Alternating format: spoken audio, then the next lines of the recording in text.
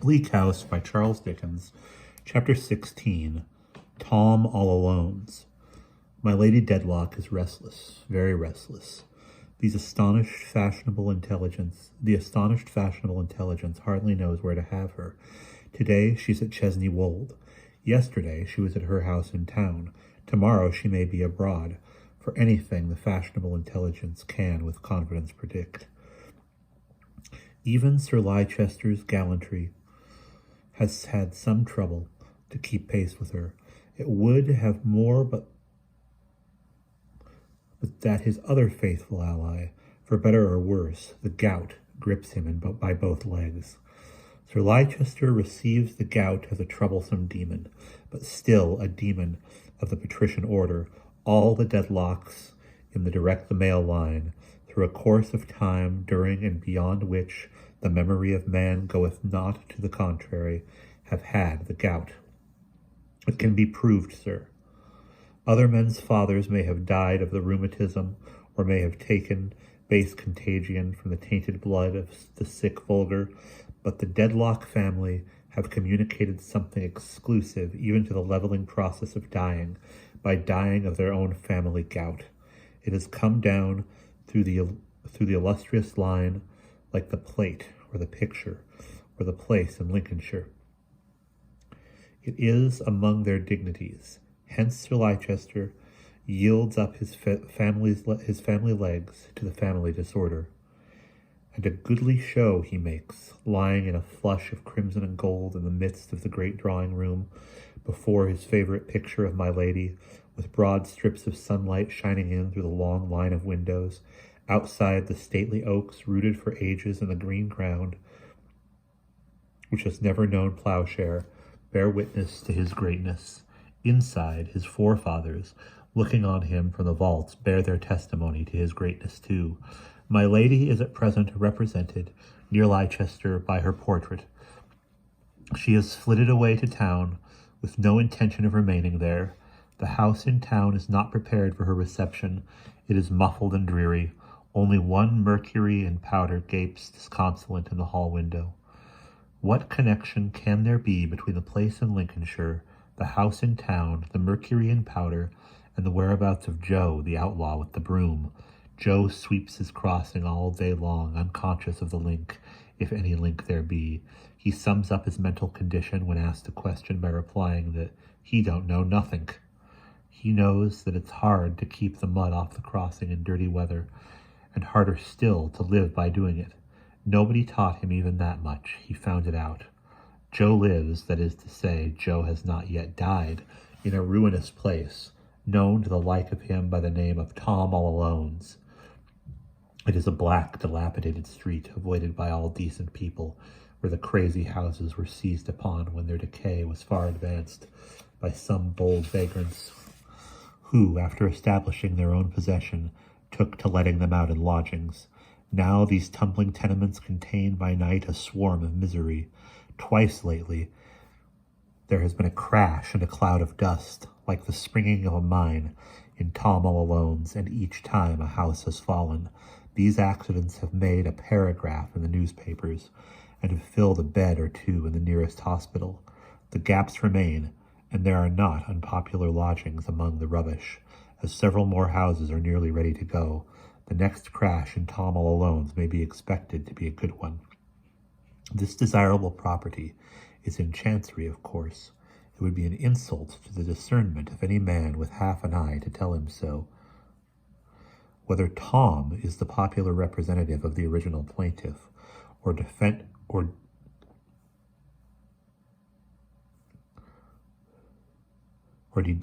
in Jarndyce and Jarndyce, or whether Tom lived here when the suit had laid the street waste, all alone, until other settlers came to join him, perhaps nobody knows. Certainly Joe don't know. For I don't, says Joe.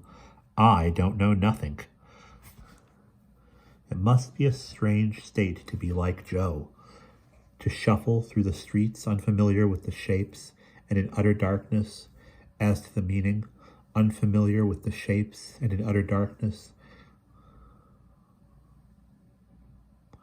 of those mysterious symbols so abundant over the shops, and at the corners of streets, and on the doors, and in the windows, to see people read, and to see people write, and to see the postman deliver letters, and not to have the least idea of all that language, to be, to every scrap of it, stone blind and dumb, to be hustled and jostled and moved on, and really to feel that it would appear to be perfectly true that I have no business here or there or anywhere, and yet to be perplexed by the consideration that I am here somehow too, and everybody overlooked me until I became the creature that I am. Joe's whole material and immaterial life is wonderfully strange, his death the strangest thing of all. Joe comes out of Tom-All-Alone's, meeting the tardy morning, which is always late in getting down there, and munches his dirty bit of bread as he comes along. His way lying through many streets, and the houses not yet being open, he sits down to breakfast on the doorstep of the Society of the Propagation of the Gospel in Foreign Parts, and gives it a brush when he is finished, as an acknowledgment of the accommodation. He admires the size of the edifice, and wonders what it's all about. He has no idea, poor wretch, of the spiritual destitution of a coral reef in the Pacific, or what it costs to look up the precious souls among the coconuts and breadfruit. He goes on his crossing and begins to lay it out for the day. The town awakens. The great teetotum is set up for its daily spin and whirl. All that accountable reading and writing, which has been suspended for a few hours, recommences. Joe and the other lower animals get on in the unintelligible mess as they can. It is market day. The blinded oxen, overgoaded, overdriven, never guided, run into wrong places, and are beaten out and plunge red-eyed and foaming at stone walls, and often sorely hurt the innocent, and often sorely hurt themselves, very like Joe and his order, very, very like. The day changes as it wears itself away and becomes dark and drizzly. Joe fights it out at his crossing among the mud and wheels and horses, whips and umbrellas, and gets but a scanty sum to pay for the unsavory shelter of Tom-All-Alone's. Twilight comes on, gas begins to start up in the shops. The lamplighter with his ladder runs along the margin of the pavement. A wretched evening is beginning to close in. In his chambers, Mr. Tulkinghorn sits meditating an application to the nearest magistrate tomorrow morning for a warrant. Gridley, a disappointed suitor, has been here today, and has been alarming. We are not to be put in bodily fear, and that ill-conditioned fellow shall be held to bail again. From the ceiling foreshortened, allegory in the person of one impossible Roman upside down points with an arm of Samson, out of joint and an odd one, obtrusively toward the window. Why should Mr. Tulkinghorn, for such a reason, look out of window? And if he did, what would it be to see a woman going by? There are women enough in the world, Mr. Tulkinghorn thinks, too many. They are at the bottom of all that goes wrong in it.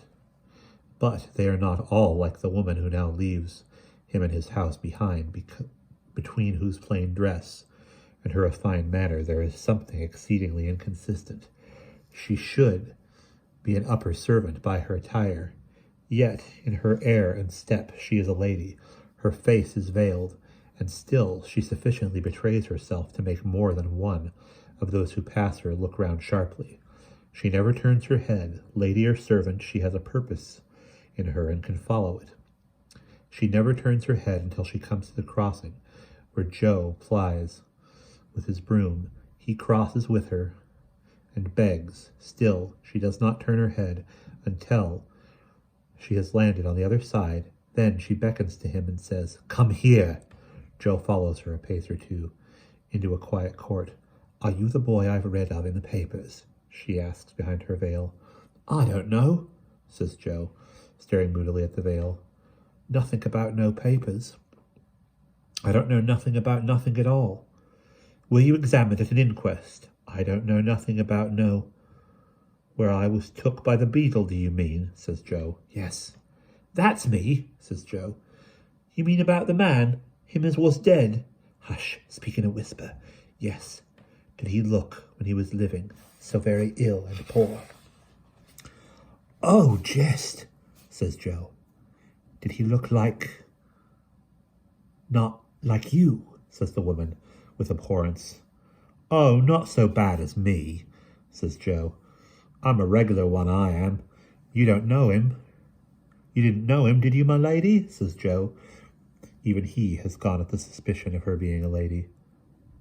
For even he has got at the suspicion of her being a lady. I am not a lady, I am a servant.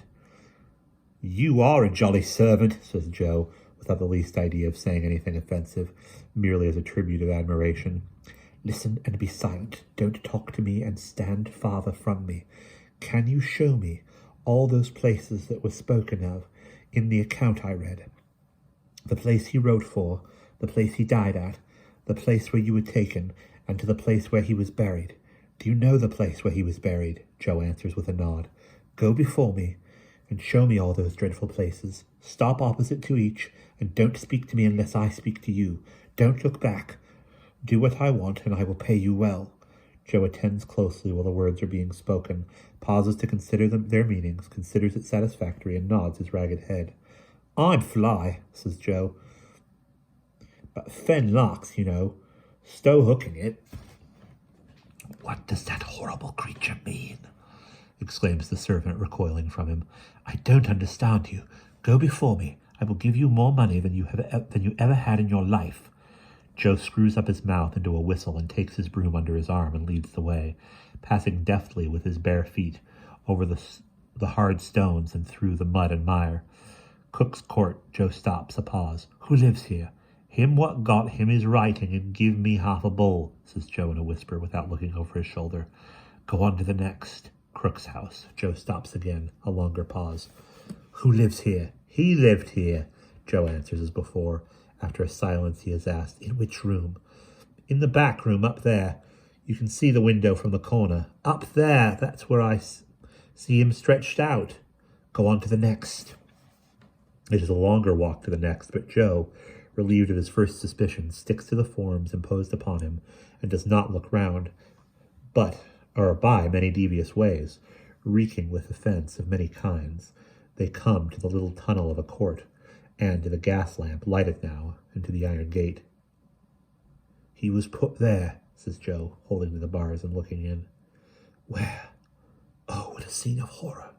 There, says Joe, pointing, over yinder, among them piles of bones, and close to that there kitchen window. They put him very nigh the top. They was obliged to stamp upon it to get it down. I could unkiver it for you with my broom. If the gate was open, it's always locked. Look at the rats, cries Joe, excited. Hi, look, there he goes. Ho, into the ground. The servant shrinks into a corner of that hideous archway, with its deadly strains contaminating her dress, and putting out her two hands and passionately telling him to keep away from her. So remains for some minutes. Joe stands staring, and is still staring when she recovers herself. Is this place of abomination consecrated ground? I don't know nothing of consequential ground, says Joe, still staring. Is it blessed? I'm blessed if I know, says Joe, staring more than ever. But I shouldn't think it weren't blessed. Blessed, repeats Joe, something troubling his mind. It ain't done much good if it is. Blessed? I should think it was t'othered myself, but I don't know nothing. The servant takes little heed of what he says, and as she seems to take of what she said herself. She draws off her glove to get some money from her purse. Joe silently notices how white and small her hand is. What a jolly servant she must be to wear such sparkling rings. She drops a piece of money in his hand, shuddering as their hands approach. Now, she adds, show me the spot again. Joe thrusts the handle of his broom between the bars of the gate and points it out. At length, looking aside to see if he has made himself intelligible, he finds that he is alone. His first proceeding is to hold the piece of money to the gaslight and to be overpowered at finding that it is yellow gold. His next is to give a one-sided bite at the edge as a test of its quality. His next is to put it in his mouth for safety and to sweep the step and passage with great care. His job done, he sets off for Tom-All-Alone's. Stopping in the light, a with innumerable gas lamps to produce the piece of gold and give it another one-sided bite, as a reassurance of its being genuine. The mercury in powder is in no want of society tonight, for my lady goes to a grand dinner and 3 or 4 balls. Sir Leicester is fidgety down at Chesney Wold. With no better company than the gout, he complains to Mrs. Rouncewell that the rain makes such a monotonous pattering on the terrace that he can't read the paper. Sir Leicester would have done better to try the other side of the house, my dear, says Mrs. Rouncewell to Rosa. His dressing-room is on my lady's side, and in all these years I never heard the step upon the Ghost's Walk more distinct than it is tonight. And that is the end of chapter 16.